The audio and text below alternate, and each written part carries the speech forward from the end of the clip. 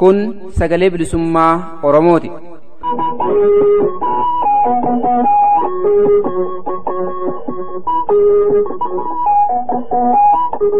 Sagaleen bilisummaa Oromoo guyyoota kibxataa, jimaataa fi sanbata ganama sa'aatii 6:00 hanga sa'aatii 7:00tti, galgala ammoo sa'aatii 6 hanga sa'aatii 6:30tti, akkasumas guyyaa roobii ganama sa'aatii 7:30 hanga sa'aatii 8tti, galgala ammoo sa'aatii 7 hanga 7:30tti dambalii gabaabaa kiilooheerzii 7,175 irratti yookaan dambalii jiddu galeessaa 837 irratti, akkasumas dambalii gabaabaa meetir baandii 25 kiilooheerzii 11,810 irratti jimaataa fi dilbata galgala sa'aatii 8 hanga 8:30tti afaan Oromootiin, roobii ammoo galgala sa'aatii 8 hanga sa'aatii 9tti afaan Oromoo fi afaan Amaaraatiin wal duraa duubaan qophiilee dabarsuuf amma jalqaba. Kun sagalee bilisummaa Oromooti.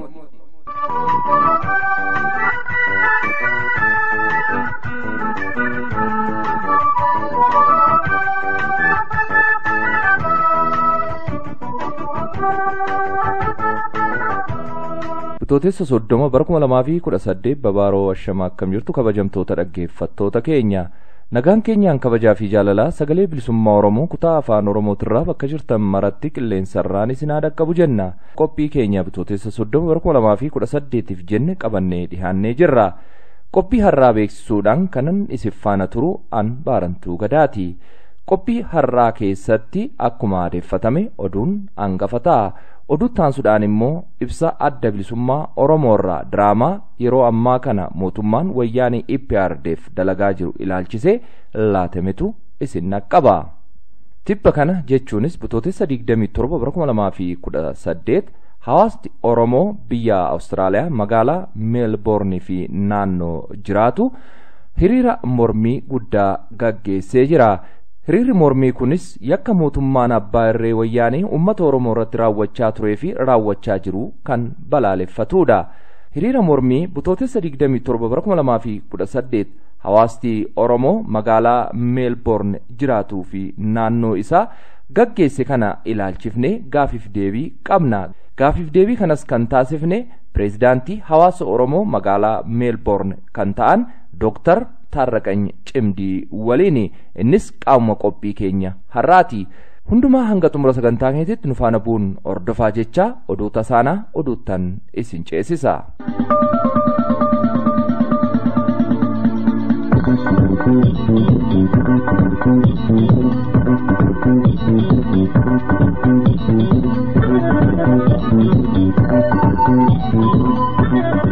Irra deebi'uudhaan akkam jirtu dhaggeeffattoota keenya kabajamoo oduu yeroo kanaa qabannee dhiyaanneerra oduu waliin an Ibsaa Gaaddisaati.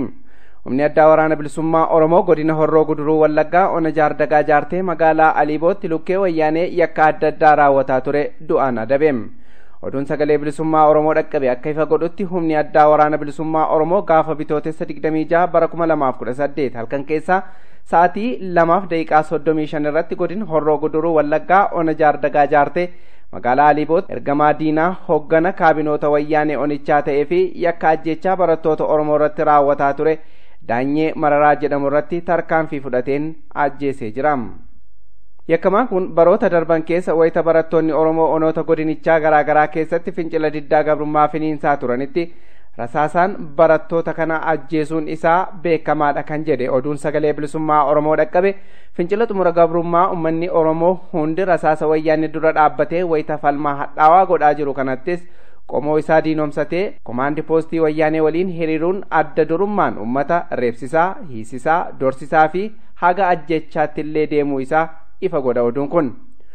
Lukkeen diinaa kun poolisii Oromiyaa ta'ee osoo jiruu akka lakkoofsa Habashaatti bara 2006 keessa gaaffii mirgaa uummanni onaa Ammuruutti hiriira ba'ee gaafate irratti lubbuu barataa tokko akka badu taasisuu isaa gabaafameera. Achirraayis gara magaalaa Aliibootti darbuun kaabinee ona jaardagaa jaartee ta'uun waggoota dheeraaf lukkee diinaa ta'ee hawaasa irratti miidhaa jabaa dhaqqabsiisuu kan hubachiise oduun kun torban lama as ammoo dhoksaan naannichatti hooggana komaandi poostii ta'ee akka filatame hubachiisam. Yakkamaan Daanyee Mararaa gocha hamtuu kanarraa akka deebi'uuf deddeebi'amee itti himamus gurrarra bu'uu waan dideef tarkaanfiin xumuraa kun humna addaa waraana bilisummaa Oromoon irratti fudhatame. Kanneen godinicha keessatti yakka fakkaataa irratti bobba'anii jiran yeroon akka irraa deebi'an humni addaa waraana bilisummaa Oromoo godinicha keessa sosso'u hiree kanaan dhaamsa dabarsam. Sabboontonni Oromoo godina Iluu Abbaa Booraa Ona Daarimuu dhuunfaa fi maanneen jiran waraana bilisummaa Oromoof gumaacha maallaqaa godhan. Haaluma kanaan sabboonaan Oromoo obbo Hidda Marrataa qarshii 5,000, obbo Lammii Diramuu qarshii 1,000 oggaa gumaachan, maanneen dinne gabrummaa qarshii 1,000 akkasumas maanneen dinne diddaa qarshii 1,000 waraana bilisummaa Oromoof arjoomaniiru. Walumatti sabboontonni Oromoo fi maanneeleen kunniin qarshii 8,000 waraana bilisummaa Oromoof gumaachanii jiran. Gara fuulduraattis waraana bilisummaa Oromoo cinaa haga lubbuu keenyaatti ni dhaabbannas jedhan. Gama biraan lukkeeleen diinaa fi farreen maqaa adda bilisummaa Oromoon Ona Daarimuu ganda Goobee keessatti chaappaa fi asxaa adda bilisummaa Oromoo kaasanii baatanii deemuun nuti adda bilisummaa Oromoodha jechuun uummata gowwoomsanii maallaqa irraa saamaa akka jiranis bira ga'ameera. Addi bilisummaa Oromoo caasaan hojjeta malee chaappaa fi asxaan maallaqa uummatarraa hin fuudhu kan jedhan maanneeleen ona kana keessatti argaman kanneen maqaa adda bilisummaa Oromoo dahatanii gochaa kanatti bobba'uun uummata saamaa jiran hojii diigumsaa kanarraa daddaffiin akka dhaabbatan akeekkachiisaniiru. Qabsoon bilisummaa Oromoo akka duuba hin deebine qaanqeewwan warraaqsaa eegalame haga bakka gahutti bifa hundaan daraan qabsaa'uuf murannoo qabu kan jabeessu ta'uu hoogganni qeerroo bilisummaa Oromoo hubachiise. Hoogganni qeerroo bilisummaa Oromoo kan kana beeksise diraamaa mootummaa wayyaanee TPLF EPRDF kufaatii sirna isaa dandamachiisuuf muudama muummicha ministeeraa Dr. Abiy Ahmad taasiseef ilaalchisuun ibsa qeerroo bilisummaa Oromoo irraa Bitootessa 28 bara 2018 baase keessatti. Qabsoon Oromoo waggoota 27 darbaniif mootummaa wayyaanee irratti godhamaa turee fi jiru sirna gabrummaa isaatti xumura gochuun abbaa biyyummaa fi bilisummaa uummata Oromoo mirkaneessuuf malee aangoo gabroonfataan fakkeessiif nam tokkeetti kennu argamsiisuuf miti jedhee jira. Uummanni Oromoo kan keessaa fi alaa maqaa Oromootu aangoo biyya bulchuu qabate jechuun shira sirni wayyaanee fi tumsitoonni sirnichaa bakka jiran maraa qabsoo bilisummaa Oromoo fi warraaqsa Oromoo of booda deebisuun sirna tortoraa wayyaanee dhabamarraa hambisuuf xaxaa jiranitti dammaqanii daraan qabsootti akka jabaatan qeerroon bilisummaa Oromoo ibsa kanaan yaamicha godhee jira. Oduu xumuraatiin Agaaziin kan magaalaa Dambidolloo keessa qubatee uummata hiraarsaa jiru Bitootessa 28 bara 2018 galgala nama karaarra deemutti dhukaasee madeessuun ibsame. Agaaziin tokko ammoo tarkaanfii irratti fudhatameen ajjeefame. Oduun magaalaa Dambidolloo irraa Sagalee Bilisummaa Oromoo dhaqqabe akka addeessutti Bitootessa 28 bara 2018 galgala keessaa sa'aatii 7 irratti humni waraanaa wayyaanee Agaaziin kan magaalaa Dambidolloo keessa qubatee jiru uummata nagaa karaarra deemutti dhukaasuun nam tokko madeessee jira. Namni madaa'e kun haga ammaatti maqaan isaa kan hin baramne ta'uunis ibsameera. Wayita kana qaamni tarkaanfii gartuu soonsaa Agaazii tokko ajjeesuunis dhaga'ameera. Egaan dhaggeeffattoota keenya oduun yeroo kanaaf qabannee dhiyaanne kanuma qophiilee keenya hafan hordofaa.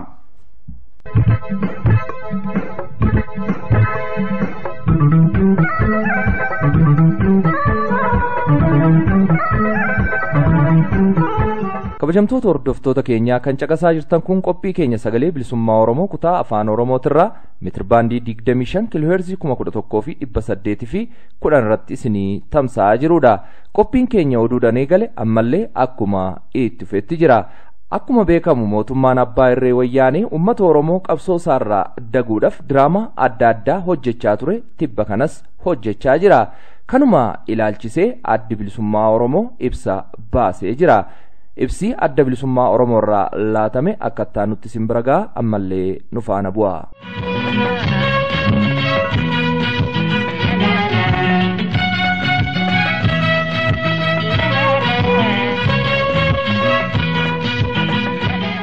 Uummattoonni akka kaleessaatti jijjiirraa fakkeessiin hin sobaman. Ibsa adda bilisummaa Oromoo.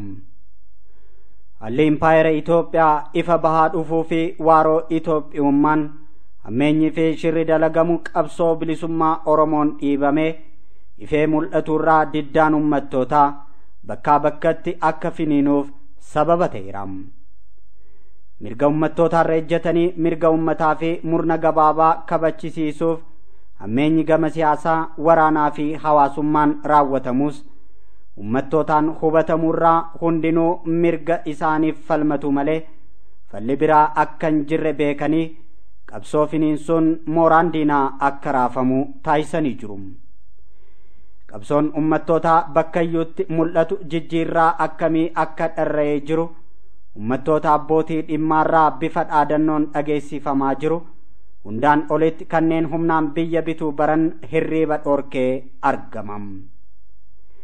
Aduun itti dhihuu osoo argaa jiranii ummattoonni isaan waliin akka hin jirree fi hin deeggarre osoo dhaga'anii sirna Itoophiyaa irratti gadhaaban tikfatuuf yaaliin godhan ammas taanaan tuffii ummattootaaf qaban irraa akka hin qulqullaa'in mirkaneessam.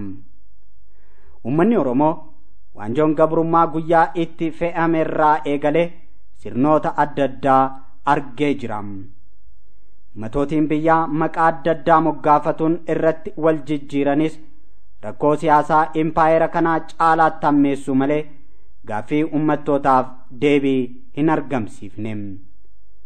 Kan isaan akka furmaataatti fudhatan wayita ummanni mirga isaa gaafatutti maqaa farrummaa itti maxxansuu, maqaa xureessuu fi tarkaanfii diinummaa irratti fudhatuun bittaa isaanii itti fufsiisuudha. Ummanni Oromoo maal jechaa jira? Qabsaa'onni bilisummaa kumaatamaan lakkaa'aman maaliif wareegama qaalii akkasii baasuu itti fufanii jiru jedhanii gaafatuun bittoota biratti salphina waan itti fakkaatuuf dabrees gaaffii ummataa deebisuun dantaa isaanii waan tuquuf gaafatuurraa dheessu. Rakkoo siyaasaa jaarraa tokkoo fi walakkaa lakkoofsiseef gama mootummaa wayyaanee TPLF furmaata jedhamee tarkaanfiin fudhatamaa jirus rakkoo jiru booriif kan ol kaa'uu malee furmaata waaraa kan argamsiisuun ta'u. Mootummaa wayyaanee TPLF sochii ummattootaa addatti ammoo kan uummata Oromoo dhaamsuuf labsii muddamsuu deddeebisee labsuun humna waraanaa itti bobbaasee daa'imman, gaheessota, hawwanii fi abbootii qe'ee isaanii keessatti fixaa bittaasaa itti fufsiisuuf carraaqaa, gama kaaniin ammoo jijjiirama bubuutuu gochuun Oromoo hawwatuu fi sobatuu akka barbaadu tarkaanfii fudhataa fi olola lallabaa jirurraa dubbifamam. Qabsaa'onni bilisummaa fi uummanni Oromoo wareegama ulfaataa kan baasaa turanii fi jiran barcumaaf miti. Ilmaan Oromoo qaroon qabsoo bilisummaa Oromoo keessatti kan lubbuu isaanii bakka bu'aan qabne wareegan diina waliin aangoo qooddannaaf osoo hin taane mirgi uummanni Oromoo akka sabaatti qabu kabajamee hiree isaa irratti murteessaa akka ta'u dandeessisuufi. Miseensonni adda bilisummaa Oromoo, waraanni bilisummaa Oromoo fi qeerroon bilisummaa qabsoon itti jiran jijjiirraa kabeebsaaf akka hin ta'in hubachuu feesisam. Har'as mootummaan wayyaanee TPLF akkuma aadaasaa kanneen Oromoodha jedhuu fi aangoo mootummaa waliin qabanii fi waliinis ummata fixaa ba'an diddaa sirnicha irratti gaggeeffamaa jiru dhaamsuu danda'u jedhee itti amanu of dura qabuun umrii bittaasaa dheereeffatuuf wixxifannaan itti jiru bittaasaa dhabamatti arreedaa jiru lubbuu itti noru. Uummattoonni impaayera Itoophiyaa mirga isaaniif falmatan hundinuu jijjiirraa sirnaa kan barbaadan ta'uu ifatti beeksisanii jiru. Jijjiirraa namaa osoo hin taane kan sirnaa barbaadan. Kana hanqisuuf kanneen waggoota 27 dabran guutuu sirna faashistii kana jireessuuf jecha uummattoota irratti yakka raawwataa turan irratti aangoomsuun kan fudhataman qabnedha. Har'as taanaan rakkoon impaayera Itoophiyaa jijjiirraa hundee kan sirnaa barbaada malee jijjiirraa namoota paartii tokkicha keessa waliin turaniin kan furamu akka hin ta'in addi bilisummaa Oromoo gajjabeessee hubachiisa. Waan ta'eef qabsaa'onni bilisummaa hundi akkasumas uummanni Oromoo bal'aan sirna mootummaa gabroonfataa umrii jaarraa tokkoo fi walakkaa qabu kan irratti qabsaa'aa jiran kufaatiin isaa kan hin hafne ta'uun mirkanam. Fincila uummattootaan hudhamee jijjiirraa fakkeessii tokko tokko fudhatuuf dirqamaa jiraachuunis dhugaa lafa jirudha. tarkaanfiin fudhatamaa jiru garuu jijjiirraa buqqaasaa kan hin argamsiifne dhabamarraa na bayyaannachiisa jedhee herreegatuu fi yeroo ittiin bitatuuf akka ta'e hubatamuu qabam. Uummanni Oromoo kana beekuun gowwomsaa diinaa bifa jijjiirrataa as ba'uuf osoo bakka hin laanne qabsoo fi diddaatti jiru jabeessuun sirna otontoree kufaatiinsaa akka hin oolle ta'uun mirkanaa'e kanatti xumura akka godhu addi bilisummaa Oromoo waamicha isaa gajjabeessee dabarsam. Gadaan gadaa xumura gabrummaatiin injifannoo uummata Oromoof adda bilisummaa Oromoo Bitootessa 28 bara 2018.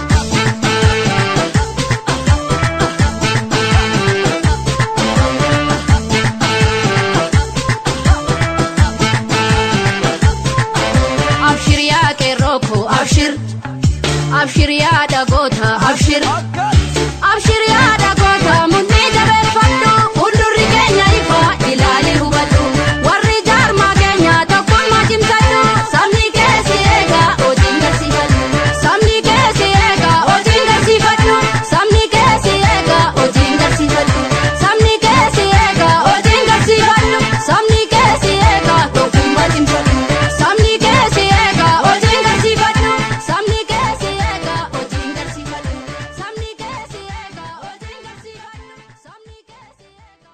tibba kana jechuunis Bitootessa 27 bara 2018 Hawaasni Oromoo biyya Awustiraaliyaa magaalaa Meelborn fi naannoo hiriira mormii cimaa mootummaa abbaa irree wayyaan irratti gaggeessee jira.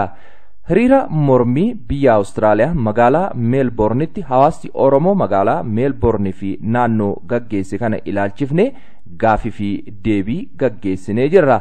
Gaaffii fi deebii kanas kan gaggeessine durataa yookaan Pirezdaantii Hawaasa Oromoo magaalaa Meelborn fi naannoo kan ta'an Dr. Taarraqany Cimdii waliin akka taanutti simbiragaa ammallee nu faana bu'a.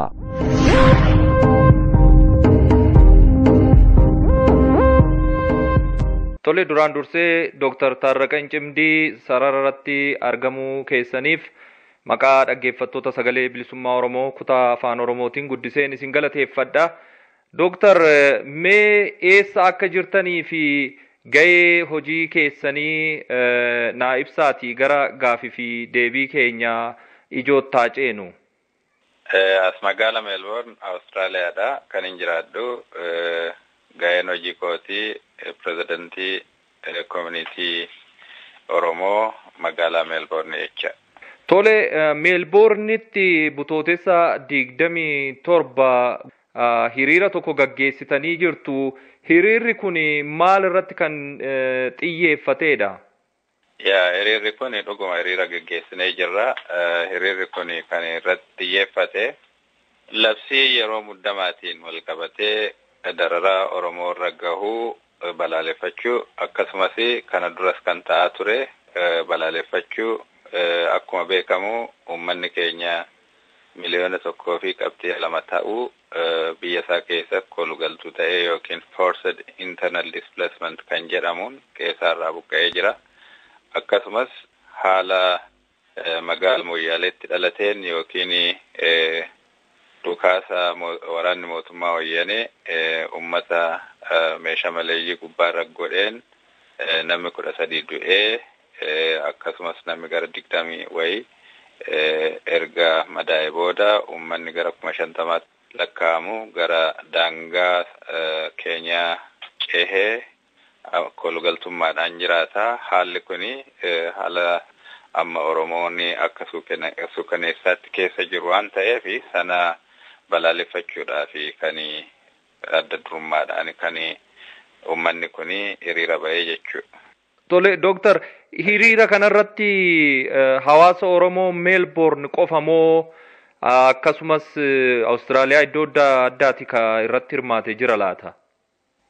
Hawaasni kun kan irraa argame naannoodhuma Victoria yookiin kutaa Victoria irraa walitti dhufe magaalaa Meelbornitti kan taasifne jechuudha.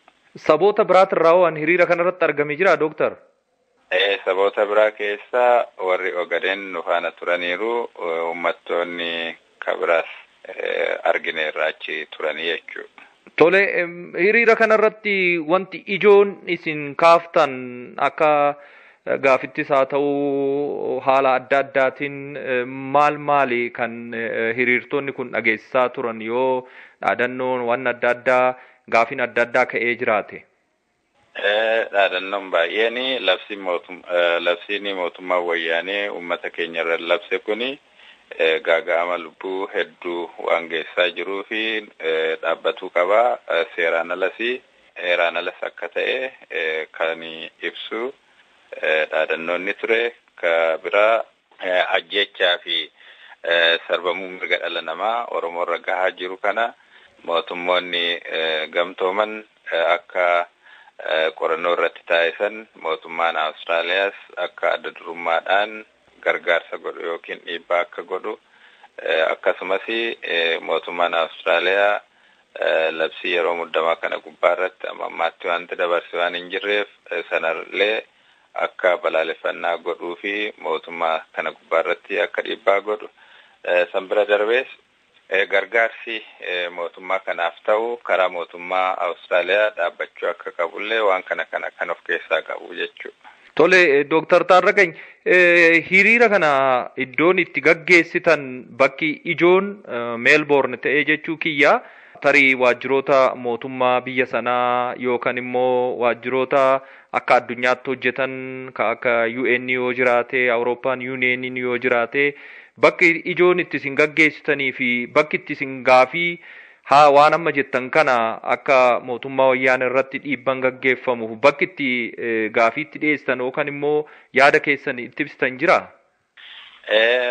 Yaada keenya kan ibsuudhaaf itti wal geenye magaalaa Meelborn paarlamaa Viktooriyaa yookiin kutaa Viktooriyaa fuulduratti wal geenye kiyyisi miseensonni paarlamaa gannutti ba'anii yookiin bakka bu'aan illee kan noo jidduutti argamanii jira.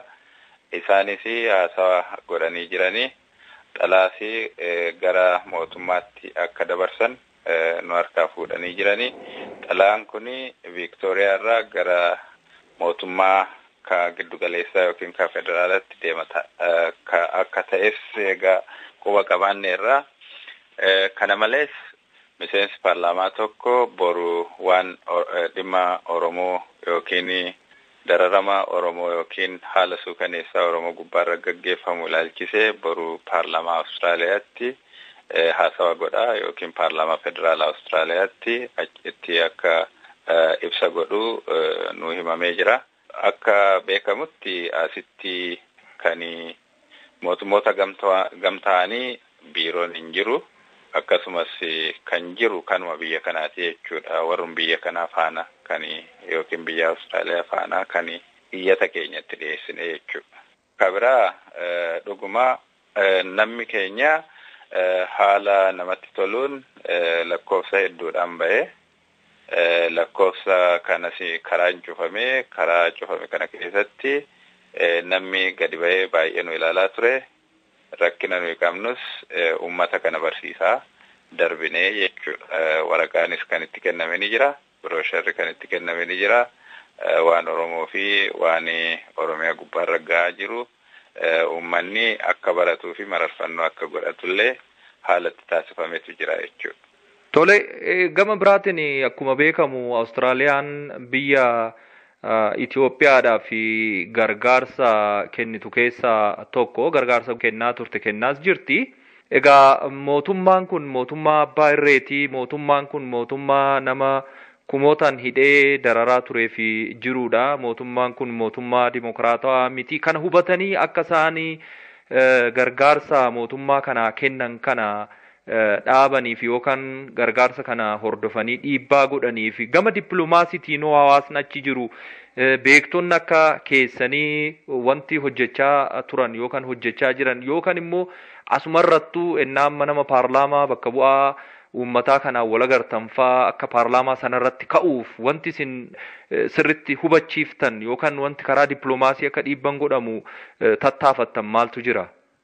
Dhuguma as gubbaarratti gargaarsi mootummaa Awustiraaliyaa warra kaan faana ennaa waliin madaalchifnu guddaadha jechuus hin dandeenyu. Haa ta'uutii gargaarsi kamiyyuu mootummaa wayyaanee irraa dhaabbachuu akka qabu hin amanna. Kanaafi amma miseensonni yookiin uummanni keenya magaalaa kana jiru kaampeenii gochaa ture yookiin xalaa gara MPO'tti barreessee MPO'tti waan yookiin member of parliamentii kan miseensa paarlaamaa gandasaa keessa jirutti namuu xalaa ergaa qaamaan wal argaatu ture. Kunis kan ta'aa turee fi akka mootummaa kana gubbaarratti dhiibbaan ta'uu fi akkasumas gargaarsi karaa Awustiraaliyaa ta'uu akka irraa dhaabbatuuf kanumaa fi warra miseensa paarlaamaa kanatti dubbatamaa ture jechuudha. Kuni kan asirratti dhaabbatu miti, itti fufinsaan wanti hojjechuudhaaf deemnu sagantaan inuma jira. Sagantaa sana immoo dhawataan egaa ilaalaa deemna akkaataa maal akka gochuu qabnu. Already yaadni qabna sana hojiirra gaafa oolchinu wal deebinaa jecha. Dr. Taarraqan Cimdii mee amma immoo gara biyyaataan si deebisaa. Egaa isin warri achi jirtan hawaasa achi jiru walitti qabdanii yookaan kakaaftanii haala kanaan hojii qabsoo deeggaru hojjechuun keessan waan guddaadha, dhugumatti waan dinqisiifatamuudha. Biyya keessatti immoo akkuma beektu qeerroon akkasumas waraanni bilisummaa Oromoo inumaa'u tibba kana irra deddeebiidhaan hanga sadarkaa jeneraalota sirnichaa galaafachuu yookaan tarkaanfii keessa deebii hin qabne irratti fudhachuu ga'ee jira. Kana walitti qabdee yoo laaltu hawaasni Oromoo biyya alaa jiruu fi akkasumas qeerroon waraanni bilisummaa Oromoo walumaa galatti uummanni Oromoo qabsoon inni gaggeessaa jiru sadarkaa maalirra jira jettee tilmaamta yookaan hawaasni Oromoo naannoo ati jiru yookaan ati gaggeessaa jirtu kan Meelbornis haa ta'u walumaa galatti Awustiraaliyaa jiru akkamitti hubata mee waan irraa quba qabdu yookaan waan hubatturraa dhaggeeffattoota keenyaaf immoo waanuu jedhi. Dhuguma akka beekamu keessaa qabsoon bilisummaa Oromoo haala saffisaadhaan waggaa 4-5 kana keessa haala saffisaadhaan jenereeshinii yookiin dargaggeessi qarree fi qeerroon haala nama boonsu tokkoon qabsoo jajjabduu gaggeessaa akka turee fi kana addunyaan kan dinqisiifatu waan addunyaan dinqisiifatu seenaa gubbaa irratti illee kan bara baraan galmaa'ee taa'u fakkaata. Haala mootummaa kana dura waraana dargii miliyoonaan lakkaa'amuun jiksee ani jiguudhaaf hin jiru yookiin ani namni achi na butu hin jiru mootummaa jedhee mootummaa wayyaanee jedhee haala of tuulummaan gaggeessaa ture. Guyyaa guyyaatti humna isaa laaffisuudhaan wanti qeerroo fi qarreen hojjetaa jiru waan yoomiyyuu qabsoo bilisummaa Oromoo keessatti haala guddaadhaan kan mul'atu natti fakkaata. Qabsoon bilisummaa Oromoo dhuguma akka beekamu jalqabni isaa akkuma beekamu gaafa gabroomne jalqabreeti. Haa ta'uti garuu saffisa guddaa kan argatte waggaa 5 kana ta'uun eenyuma keenyaaf ifaadha waan haalamus miti. Kanaaf nuyyuu tokko haalli hiriirri kun itti ta'e akka kaayyoo keenyaatti qeerroo fi qarree bilisummaa ofiitiif kitimaa gochaa jiru kana yaadachuudhaaf akka faana jirullee agarsiisuudhaaf yoo isa faana jiraachuu baannellee qaama qalbiin yaadaan akka isaan faana jiru agarsiisuudhaaf jechuudha. Tole Dooktar kan biraa asumaan anani akka gaafitti dhiyeessu mootummaan wayyaanee amma abaluun OPDO keessaa abaluun bakka akkanaati muudame aangoo akkanaa Oromoo qoonnee jeneraal abaluu jedhamu Oromoo irraa akkas ta'e saba biraatis ta'uu danda'a. Haala kanaani akka waan sabootaaf mirgi deebi'eetti kan amma hololomaa jiru. Egaa waggoottan 27 darbees maquma Oromootiin kan achi keessa taa'anii waan sila Oromoo hojjechuu qaban dhiisanii faallaa Oromoo hojjetan hedduudha beekamaadha. Amma immoo caalattuu hololli sabni abaluu aangoo akkanaa qabatee Oromoon akkasii Oromoon kun aangoo akkasiif akkanaa fudhatee ka jedhu fa'itu odeeffamaa jira. Dhuguma mootummaa sana jalatti Oromoon OPDO keessa jiru aangoo qabachuudhaan furmaanni Oromoo gaafiin mirgibbaa biyyummaa Oromoo deebii ni argata jetteeni amantaa mee kanarratti maal jetta? Dhugaadha. Waan kanayyuu kan dubbachiise akkanatti fakkaatutti mootummaadhuma kanayyuu mootummaa wayyaanee wanti kanaan ga'eyyuu akka Oromooyyuu akka humna murteessaa tokko ta'u ilaaluu kan dandeessise qabsoo isaati. Qabsoo ilmaansaa taasisaa turanii fi dhiigatti dhangalaasaa turan ta'uun beekamaadha. Wanti asitti ilaalamne tokko wanti wayyoominsi namoota garee EPRDF keessa jiranii wanti kaleessa mul'anne wanta irra mul'achaa jiru ni jira wanti xiqqaan. Haa ta'uuti suni galii keenyaan nun ga'u kan jedhu kan yeroon deebisuuf taa'u ta'a jechuudha. Har'arraa dubbachuuf wanti dandeenyu tokko wanti xixiqqoon Oromoon ammuma jabaatee qabsoosaa itti jabeessaa daran ammeessaa qooda fudhannaansaa haala amma jiru miliyoonotaan gaafa ta'aa deemu miliyoonota 10 gaafa ta'aa deemu wanti nu arguuf teenyu adda adda ta'uu danda'a jechuudha. Sana qabsoo bilisummaa Oromooti fide malee waan namoonni fedhanii yookiin jaalatanii mootummaa wayyaanee keessaan nuu fidan jedhee hin abdadhu. Bakka isaa immoo kan geessisu abbuma dhimmaati. Abbaan dhimmaa immoo abbaan qabsoo immoo uummata har'a qawwee fuuldura harkasaa ol qabee fuuldura dhaabbachaa jiru kan natti fakkaata. Sun immoo qeerroo fi qarreedha. isaan ededuma qabsoo isaanii jabeessaniin wanti dhufuu danda'u waan fuulduratti ilaallu malee waan har'aa irraa dubbachuu danda'u hin jiru. Tole Dooktar kan biraa egaa gaaffii kiyyas gara xumuraarra jira. Kanan jechuu barbaade gabaabatti sochiin waraanni bilisummaa Oromoo taasisaa turee fi jiru kun caalatti akka cimuuf Oromoo irraa maaltu eegama kan jedhudha. Keessumaa hawaasa Oromoo biyya alaa jirurraa. Duraan dursa gubbaarratti waraanni tokko waan waraanuuf qaba. Yerootti waraanuus qaba. Waan waraanuuf yerootti waraanu inni baay'ee murteessaadha. As gubbaarratti akka yaadaatti hin jedha malee ani ga'ee beekumsa waraanaa tokko hin qabu. Wanti jechuu barbaadu dhuguma diinni akka Oromoon hin jirreyyuu haalaat ture. Waraana bilisummaa Oromoo qofaa miti. Even Oromoon akka hin jirre haalaa ture. Nuyi kan hojjennuu fi gooliidhaaf yookiin kanan argamsiisa jennee kaayyoon ani har'a kana godhuuf kanaaf jennee keewwachuu danda'uudha qabna. Ani immoo as gubbaarra beekumtii guddaa waan hin qabneef kanarraa baay'ee koomenti gochuu hin danda'u. Haa ta'uuti diinni tokko yoo nurraa cabe eessayyuu haa ta'u abbaa fe'eenuu haa ta'u suni Oromoof gargaarsa. Dantaa Oromoo achi siksa. Dantaa Oromoo waan achi siksu immoo ni deeggara. Hawaasni keenya garuu waan diina gubbaarra xiyyaafatu marayyuu waan dantaa Oromoo tiksu mararrattu gargaarsa gochuu qaba. Waan dantaa keenya waloo fuulduratti siksu yoo ta'e deeggaruu qabna. Wanti walirratti gamana dhaabbanne walirratti darbannu garuu dantaa keenya waan tiksu osoo hin taane waan miidhaa nurratti fidu waan ta'eef isarraa namuu of dhaabuu danda'uu qaba.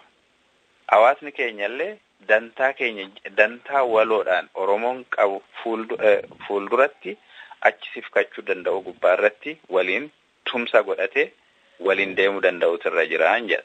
At least kanarrallee arginu namoonni yaada adda addaa qaban political orientation adda addaallee qaban waliin ba'anii hiriira bareedaa taasifne jechuudha. Kuni guddina guddaadha.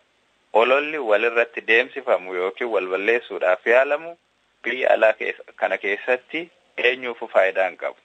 Gareedhaan dhaabbatanii walirratti dhagaa darbachuunis eenyuuf faayidaa hin qabu. Kanaaf hawaasni keenya I think kana ilaalee karaa guddinaa yookiin waliif tolerate godhee yookiin walii garaa bar'atee waliin deemuu danda'uu qaba natti fakkaata. Tole Dr.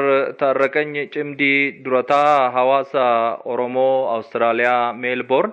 Egaa dhumarratti gaafiin takka ani qabu walumaa galatti uummata Oromoo bilisummaa isaa galmaan ga'uuf uummata Oromoo abbaa biyyaa taasisuuf Oromoo keessas ta'e ala jirurraa maaltu eegama mee dhaamsanuu dabarsaati gaafiif deebii keenya haa xumurru.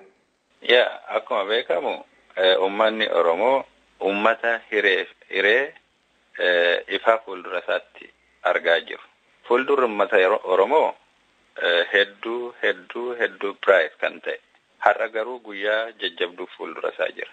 Yeroo gabaabduun kun akkuma waggootii darban kana agarsiise uummanni keenya tokkummaa isaa cimsatee qarree fi qeerroo isaa waliin ta'e mootummaa abbaa irree wayyaanee yookiin mootummaa Empire Itoophiyaa kana ofirraa achi dhiibuu danda'utu irra jira.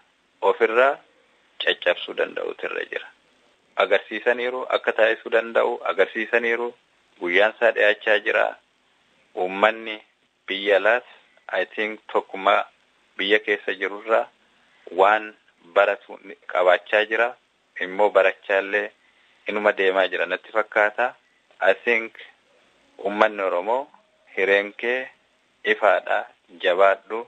Waliin jabaannaa rabbi sinaa milkeessu hin jedha galatooma. Tole Dr. Taarraqany Cimdii durataa hawaasa Oromoo Awustiraaliyaa Meelborn maqaa dhaggeeffattoota sagalee bilisummaa Oromoo kutaa afaan Oromootiin waan turtii kana fakkaatu waliin taasiftaniif guddiseen isin galateeffadha. Galanni keessan bilisummaa ta'u. Galatooma.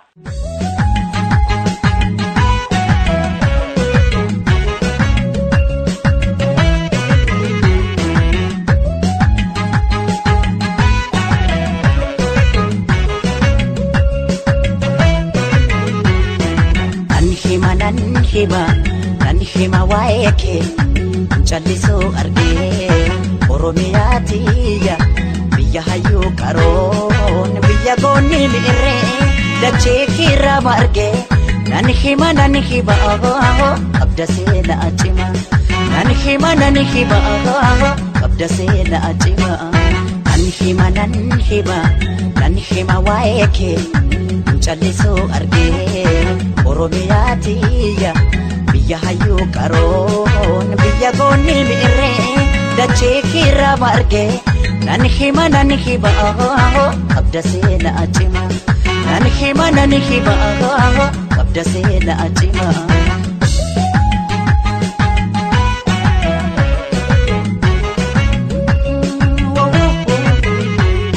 Kan sitti baqatees kan sirraa dhalatees ija tokko laaltaa ormaaf firan jettu kan beela'eef laata daggara laaftaa udha toleetti koo dahamatu koo abaatee wakkatu akkataa keengatu udha toleetti koo dahamatu koo abaatee wakkatu akkataa keengatu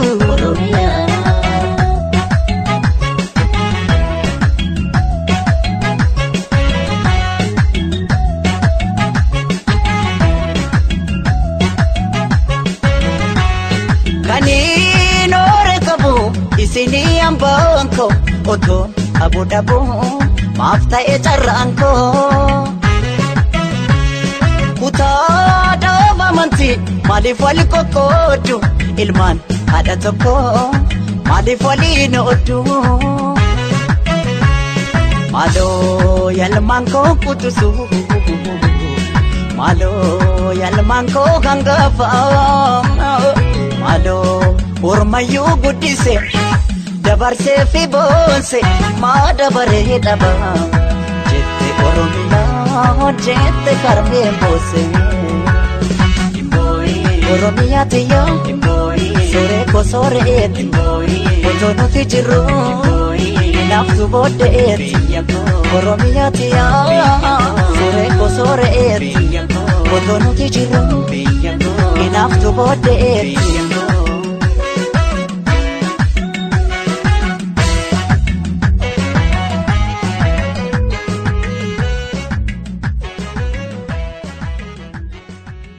Egaan kabajamtoota hordoftoota keenyaa qophiin keenya waliigalaa kan Bitootessa 30 bara 2018 jenne asumarratti goolabamee jira.